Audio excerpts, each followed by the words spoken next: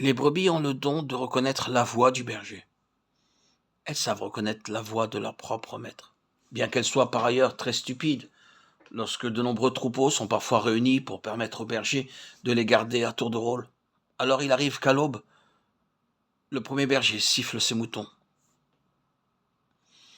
Il peut utiliser à cet effet un sifflet d'argent ou de tout autre métal, ou bien il peut siffler avec les doigts. Mais lorsqu'il siffle, seules ses propres brebis viennent et se réunissent. Ensuite, le second et le troisième berger se mettent à siffler.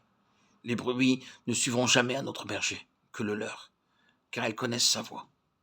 Il peut arriver qu'un berger étranger vienne et siffle, mais les brebis ne le suivront pas. Le Seigneur Jésus-Christ dit « Elles ne suivront point d'étrangers, car leurs oreilles est exercées à la voix de leur maître. » Nous avons le privilège d'entendre la voix de Dieu, même si nous ne connaissons pas les matières telles que l'histoire, la géographie ou les sciences.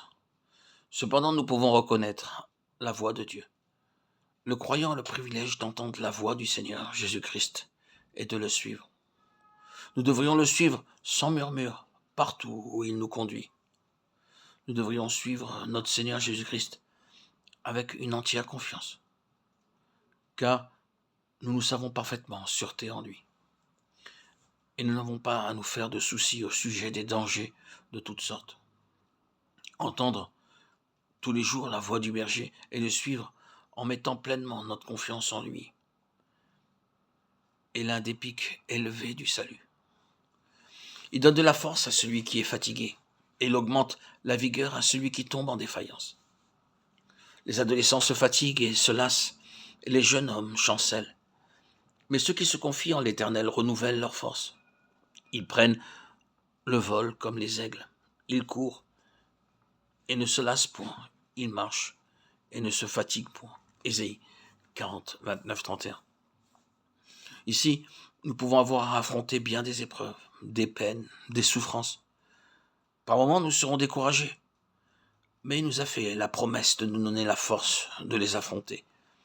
Les jeunes gens qui mettent leur confiance en leur propre force peuvent être sûrs de tomber, mais ceux qui s'attendent au Seigneur renouvellent leur force, s'élèveront avec des ailes comme les aigles.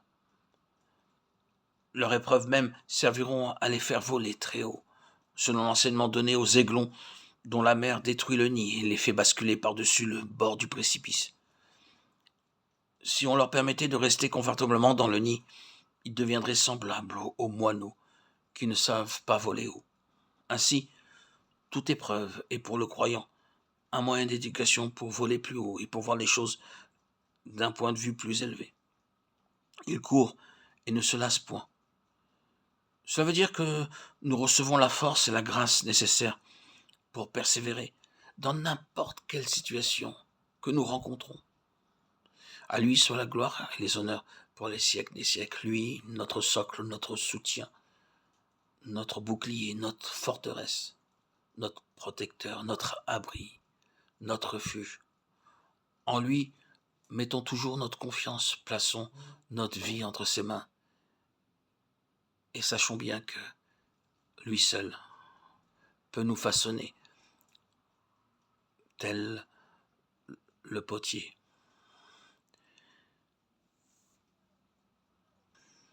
Qui façonne l'argile pour en faire l'argile que nous sommes, pour en faire un vase précieux,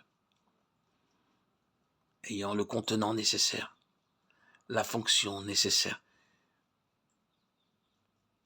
qui lui a été destinée.